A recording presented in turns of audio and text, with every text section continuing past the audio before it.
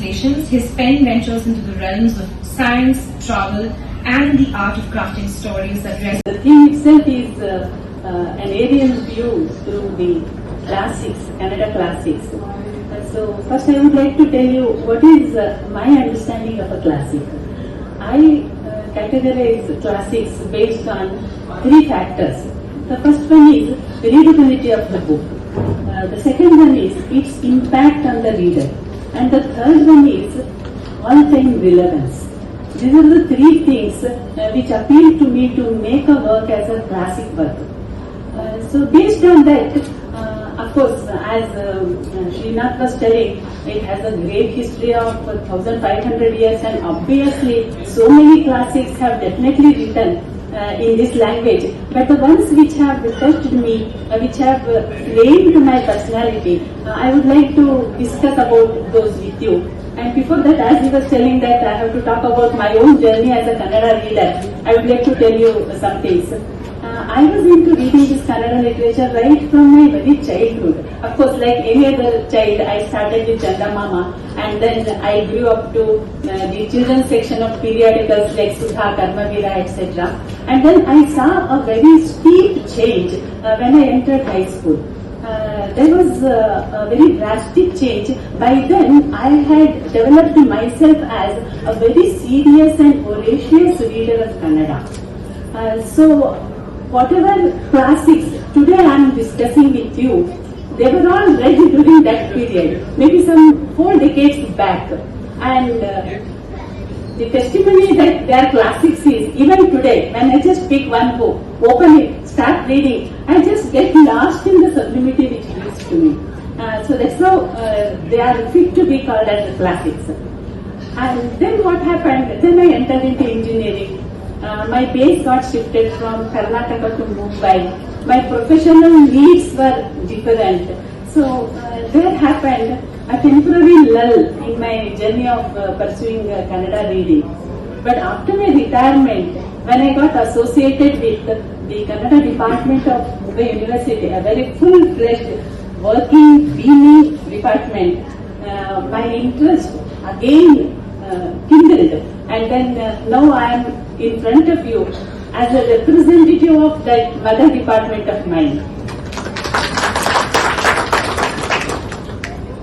There are several works which I want to tell, but as you were telling, chronologically if I come, my first vote goes to Kumara Vyasa.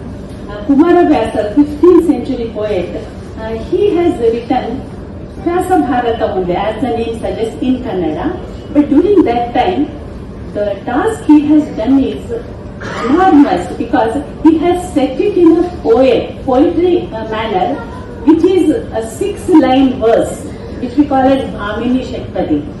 And the creativity he has shown in that, though the story is a known story, Mahabharata is a known story, and Mahabharata and Ramayana have been sources of inspiration for all the Indian writers.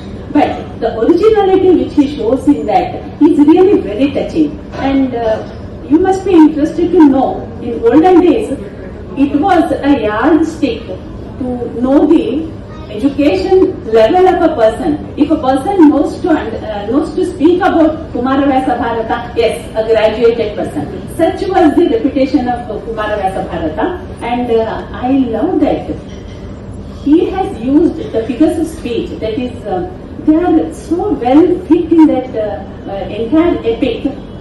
Metaphors, a very sophisticated way of using metaphors.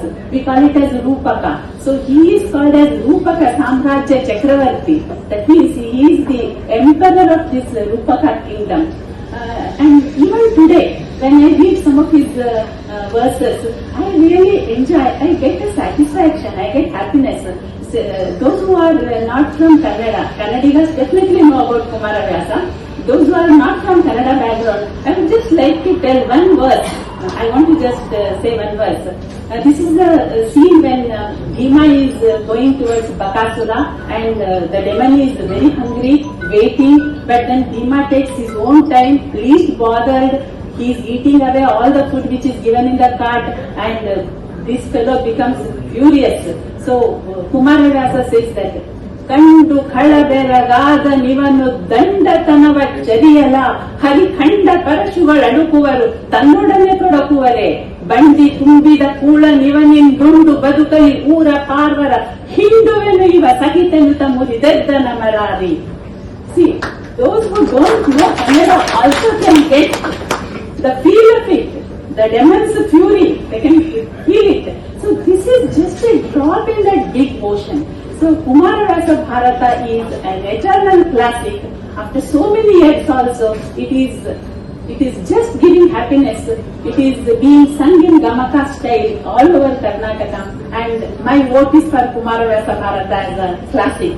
And the good part of it is, it has been translated to Marathi recently. A couple of years back, when Guru Raja Kulkarni, again a scientist by profession, a poet by passion, has translated it into Marathi. So those who are Maharashtrians in the group can also read it and then have a taste of it.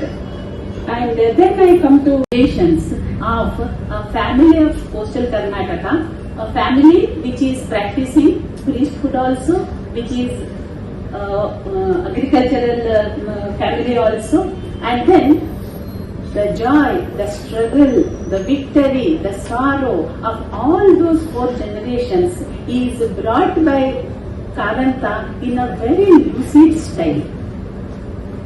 We really wonder, because in those days, for those families, the basic minimum requirements of life, they appear to be luxuries, so difficult to acquire them. So how they have struggled. It is a very nice story. And then what happens is, its relevance, I want to tell you what is its relevance today.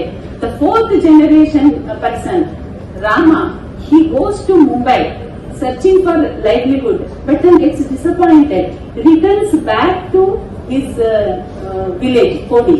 His father has rejected the agricultural thing in him, but then Rama takes it up. That is why it is Marani Mandige, and this also has been translated as Back to Earth by Padma Ramachandra Sharma, and it is also translated to Marathi Ashi Dhartichi Maya.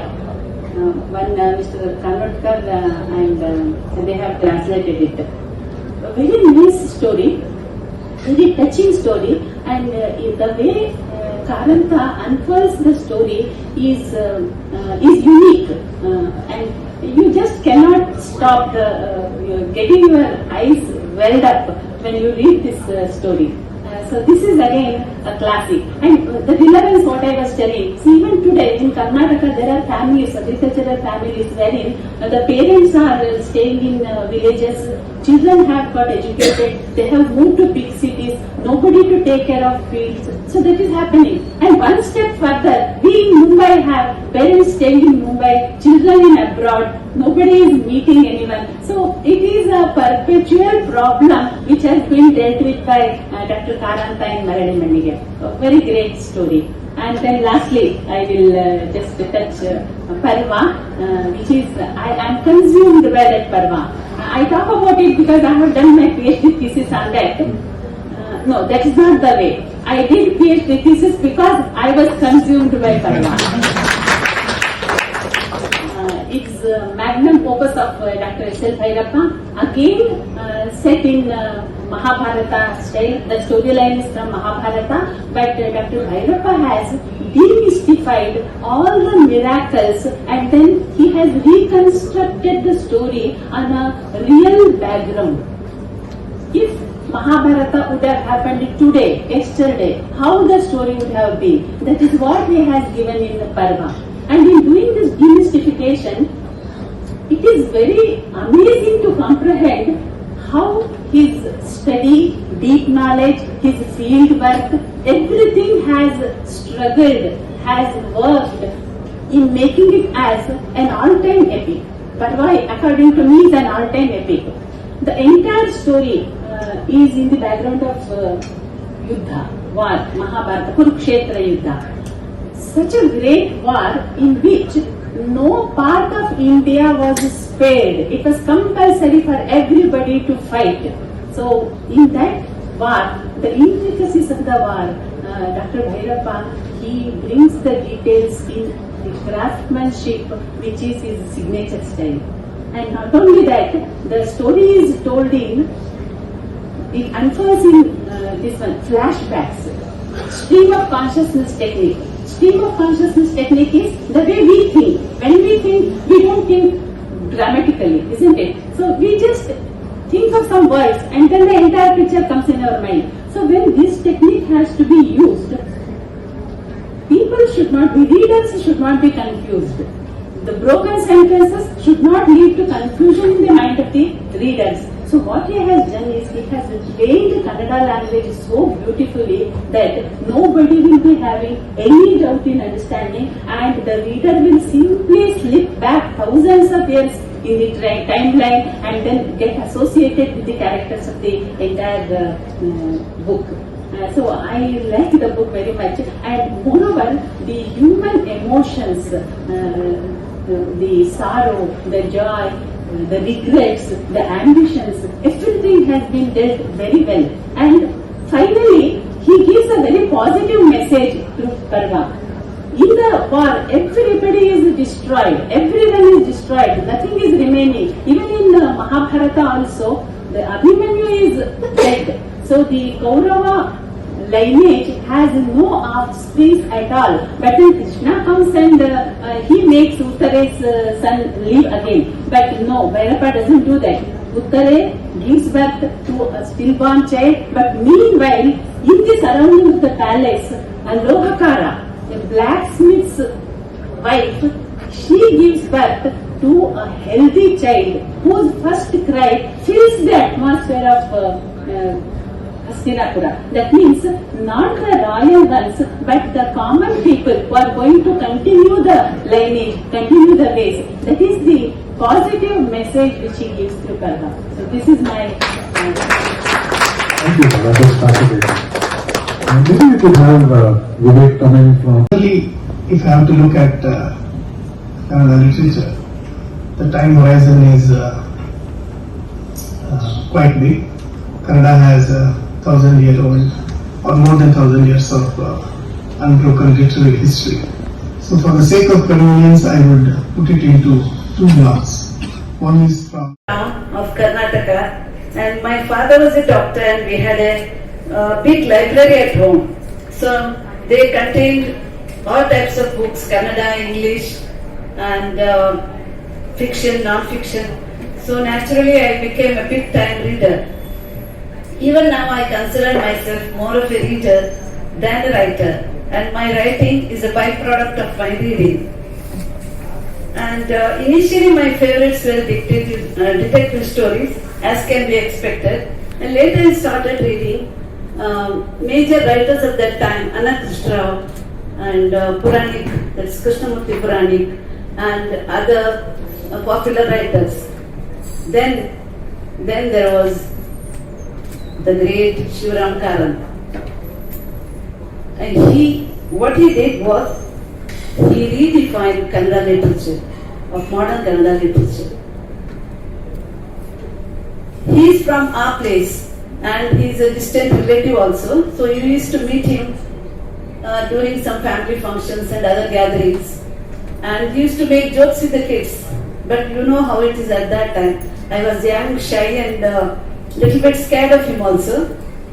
But his novels made a huge impact on me. He used to write a novel a year, and as soon as novels were published, they were added to our library. His Marali Mandige, Uma just now talked about it, is an epic novel spanning 4 generations. The women in his novels are unforgettable. Each becomes etched in your memory once the novel is finished, and it will be etched there for life. His storytelling was mesmerizing. Every one of his novels gives you a darshana, and there is a underlying social theme in each one of his novels, and his novels invariably had a sense of history. This aspect appealed to me to no end. Later, when I started writing, the place and the time became very important for me. That is Desha and Kala in Kannada. In my novel, as well as in my short stories. In here, this I like this. Okay. In my novel as well as in my short stories, I was very particular about specifying the time frame and the place where the action took place. Fix it. Yeah.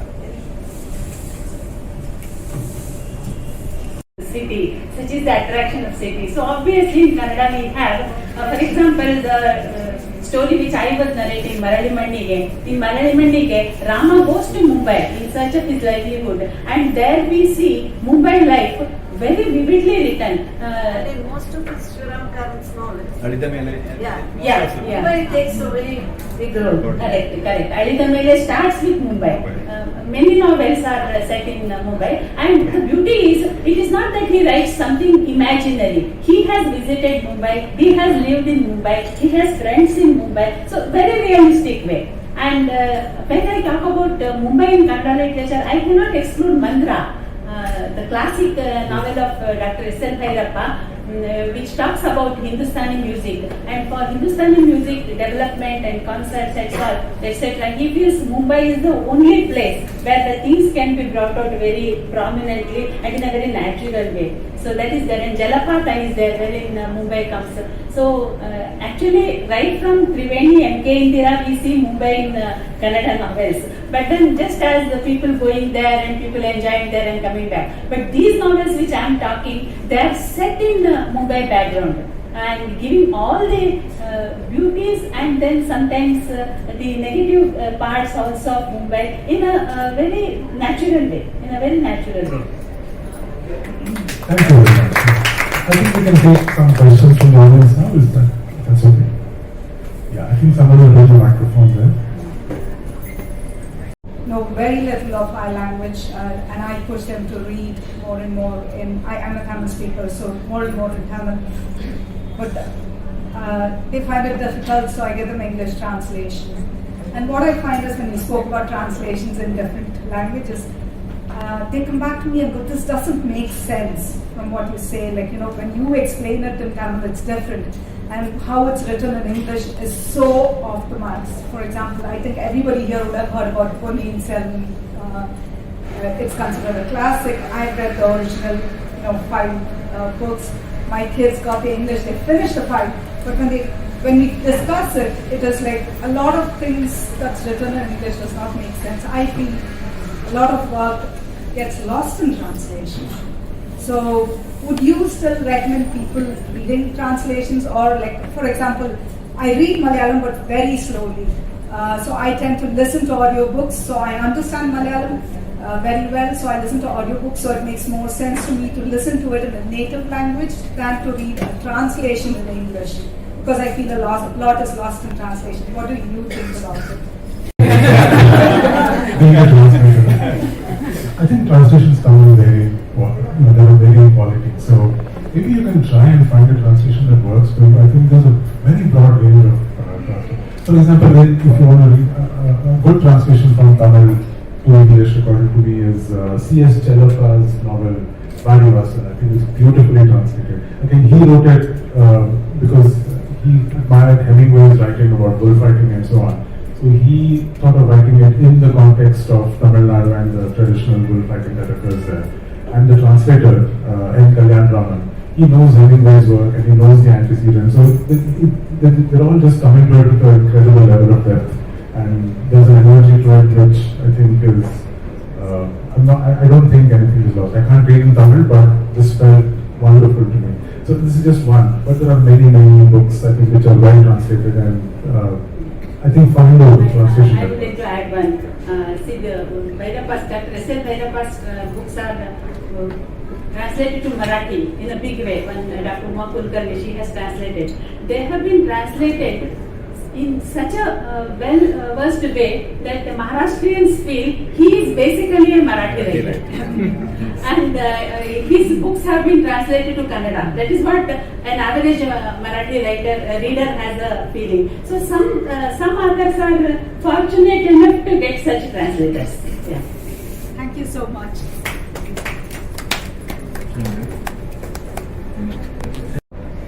Even Shivram Karan's books have been translated. Yes. But not Murali Mandige. just translated. Quality is. Quality.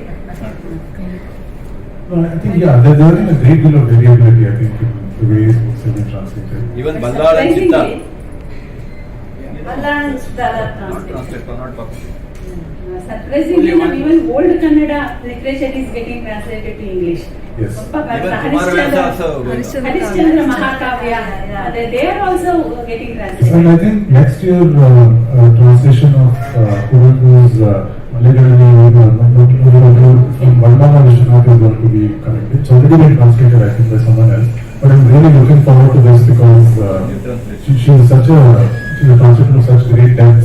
I'm really looking forward to that book. So, and it is one of the classics of Kannada writing. So everyone who wants an introduction in English can look out for that one. It was a very good talk. We enjoyed hearing about the background of Kannada. One thing I was connecting to when Uma ma'am was speaking was she said she started from Chandamama and later moved on to some things, and after 8th or 9th standard she moved to reading classics or whatever. But we all stopped reading Kannada after 8th or 9th, and we totally didn't read Kannada for so long. And now we are really at this age, after 40 or so, that we are at a loss. What do we do about educating our children to reading Kannada itself than to reading translations? Especially being in Mumbai, it's not easy to make your children learn Kannada script and all that. So, what do you all suggest? That how do we motivate our Kannada people to read Kannada first and to talk about translations? I just want to have one thing to say. Recently, I read very slowly in Kannada. And in recent years, I'm finding that audiobooks are a very attractive way for me to read. While walking or commuting, there are many books that are really well read, and if someone understands Kannada, spoken Kannada, I think it's a good way over the script barrier at least. But do we have a lot of writings in Kannada for younger generations? And at least we are now reading Karanta and Kuempu. We can relate to both the worlds today. But if I ask my son to read them, he will definitely not understand that. So are we aware of some younger generation Kannada writers who are writing for today? You mean books for children? Books Not in children, Kannada for youngsters who can connect. For youngsters, I mean. For youngsters, Like Sudhamurti teenagers. writes. Sudhamurti writes in very lucid English. I think people can get connected. English, she wants in English. Kannada culture. How do we make our Novels children? you have in Kannada. In Kannada also. Sudhamurti writes in Kannada also. Yeah. Her books she has translated to English she herself. That is there. But well, what you say is correct. It's a big challenge. I do agree. It's a big challenge. Especially in cities outside Kannada. Yeah. And what I have found is not only Kannadigas, all vernacular languages, all the parents are facing this problem. Not only Kannada. Yeah. Thank you. But the one-year course in the university, 1 year diploma course in the university is Yeah. very helpful. Both my children did that. After 10th you have to do that. I think you were doing. You are in I know it only now, but both my children, I was very particular. They did that course, and now they can at least read and stuff that. They write letters to the grandmother. Even Chinna, remember, they are teaching more than 5,000 students are learning Kannada in Mumbai. Can you? It's a movement. Kannada Movement. is a Yeah. movement actually. And Wonderful and enlightening talk. I'm really looking forward to, I got many good recommendations from this discussion, and I'm looking forward to talking more with you offline. So thanks everyone for coming. I would like to thank the organizers for choosing Yeah, Kannada for this session. This is Yeah. very close to my heart. And also for inviting all of us. Thank you so For much. 1 minute. Thank you to all our speakers for offering us these deep insights into the bedrock of Kannada's literary landscape.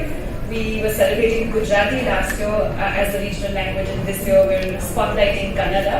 So really thank you so much. It was very, very informative and educative. Before we disperse, I'd like to draw your attention to our next session, Book in Focus it's called. This year we are highlighting the book The Unbearable Lightness of Being by Milan Kundera. The session begins at 5 p.m. right here. We hope